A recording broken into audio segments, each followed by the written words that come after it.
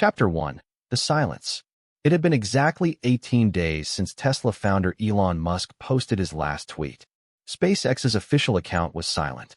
Even his personal social media showed no activity. For the most hyperactive figure in the tech world, this was extraordinary. Wall Street was in a panic. Tesla's stock dropped further each day, investors anxiously watching developments.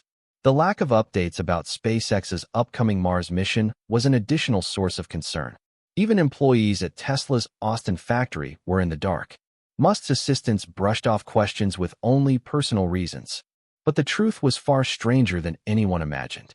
That morning, Musk sat alone at SpaceX's Boca Chica facility, reading the letter in his hand over and over. The envelope came from Switzerland, stamped with CERN's seal. Its contents were highly classified and had not been sent through normal channels. Dear Mr. Musk, the letter began. We urgently request your attention. In our recent experiments at the Large Hadron Collider, we detected an extraordinary anomaly. We must share this discovery with you. Please come to Geneva as soon as possible. Dr. Elena Vasquez, CERN Theoretical Physics Division. Musk folded the letter and slipped it into his pocket. 24 hours later, his private jet was flying toward Switzerland. Chapter 2. The Secret Invitation. Security at CERN was far tighter than usual. Greeting Musk at the entrance, Dr. Vasquez looked young but exhausted. Her red hair was messy, and there were dark circles under her eyes. Thank you for coming, she said, leading Musk toward the main laboratory. There are documents you'll need to sign, ensuring you won't share what you're about to see. The hallways were unusually quiet. A few technicians hurried past, all with the same anxious look on their faces. Musk realized this was far from a normal research day. What kind of anomaly are we talking about? Musk asked. Dr. Vasquez stopped and met his eyes. It's better if I show you. But I can tell you this. It's a situation where the laws of physics no longer behave the way we know them. Inside the main lab, a group of scientists stood silently in front of massive screens. Dr. Vasquez gestured to Musk, urging him to look. 3 days ago, we were conducting a standard particle collision experiment, she explained. Energy levels were normal, everything was as expected. But at the moment of collision, something happened. For a brief moment, it was as if a window opened to somewhere else. Musk frowned. What do you mean by window? Dr. Vasquez tapped a few keys. A blurry recording appeared on the screen. Chapter 3. The First Image. At first the image looked meaningless. The energy burst from the particle collision. And then, for just 0.3 seconds, reality seemed to tear open. Through that tear, another place could be seen. This recording lasts less than half a second, Dr. Vasquez said. But what's inside is astonishing. The image was unclear, but familiar. A workshop, tools scattered around, and a man working among them. When the man lifted his head toward the camera, Musk's heart skipped a beat. The man was him, but also not him. This other Musk wore a simple blue t-shirt and worn jeans. His hair was cut differently, and his face carried an expression Elon had never worn. Peaceful, plain, simply content. That's me, Musk said, his voice filled with shock. Yes, Dr. Vasquez confirmed. But also not. Our analysis indicates this image came from a parallel universe.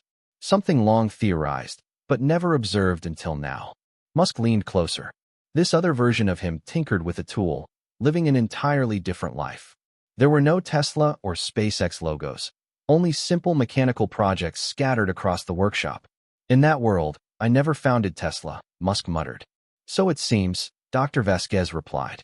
That version of you followed an entirely different path. Chapter 4. The Divergence. Over the next hours, CERN's team explained further. The theory of parallel universes had existed for decades, but was never observed. This recording could revolutionize theoretical physics.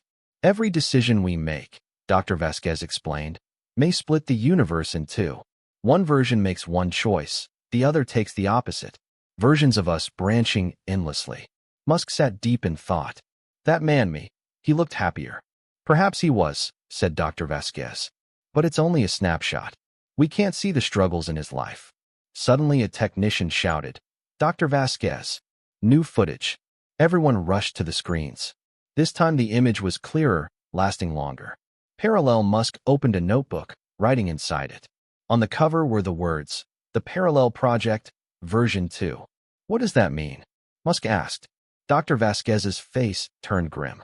It seems he, too, is working on parallel universes. Chapter 5, The Frightening Truth. The footage continued. Parallel Musk closed the notebook, then looked up sharply. His eyes widened in shock, as though he realized something. He stared directly into the camera. Can he see us? Whispered one of the technicians. Parallel Musk opened his mouth, forming words.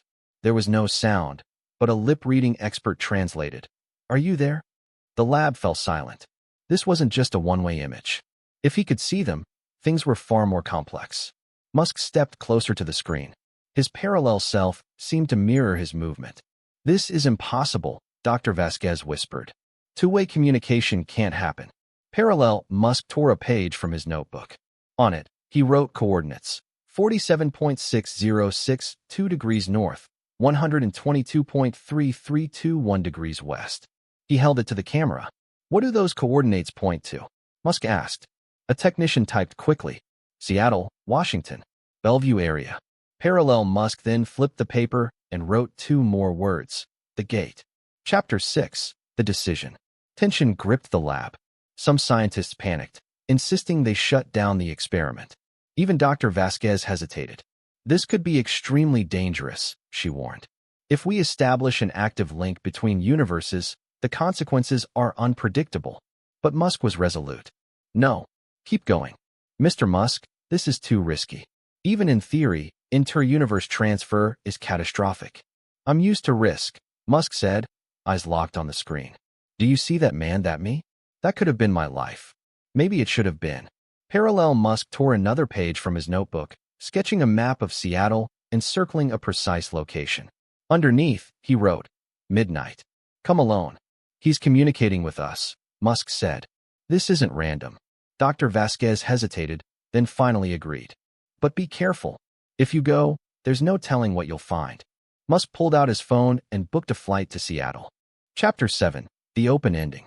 That night, in Bellevue at the marked coordinates, Musk stood alone. The area was quiet, only the distant hum of the highway audible. It was 11:58 p.m.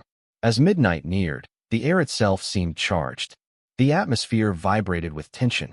At exactly 12 o'clock, the air before him rippled. A small tear appeared, just like its CERN, and through it stepped his parallel self. The two Musks stared at each other in silence. Are you really there? Parallel Musk asked. I think so, Musk answered. Who are you? Perhaps who you could have been, said the other. Or maybe you're who I could have been. Parallel Musk pulled out his notebook. I've been working on this. Parallel universe transfer. Are you experiencing the same? I saw you at CERN, Musk replied. But you saw me first. Maybe we both discovered this at the same time. Different methods, same result. The rift widened, large enough to pass through. How's your life? Musk asked. Simple. Happy. And yours? Complicated. Stressful. But meaningful, I suppose. Parallel Musk smiled. Maybe both our paths are right. Just different. The tear flickered, growing unstable. It's closing, said the Parallel Musk. But know this. I'm here. And you're there. Both of us are real. What happens next? Musk asked. I don't know. But we're not alone anymore. The tear collapsed. Musk was alone again. His phone buzzed. A message from Dr. Vasquez. The connection is gone. Are you okay? Musk didn't answer. He looked up at the sky, whispering, Do I really belong to this universe? Perhaps that answer would never be found.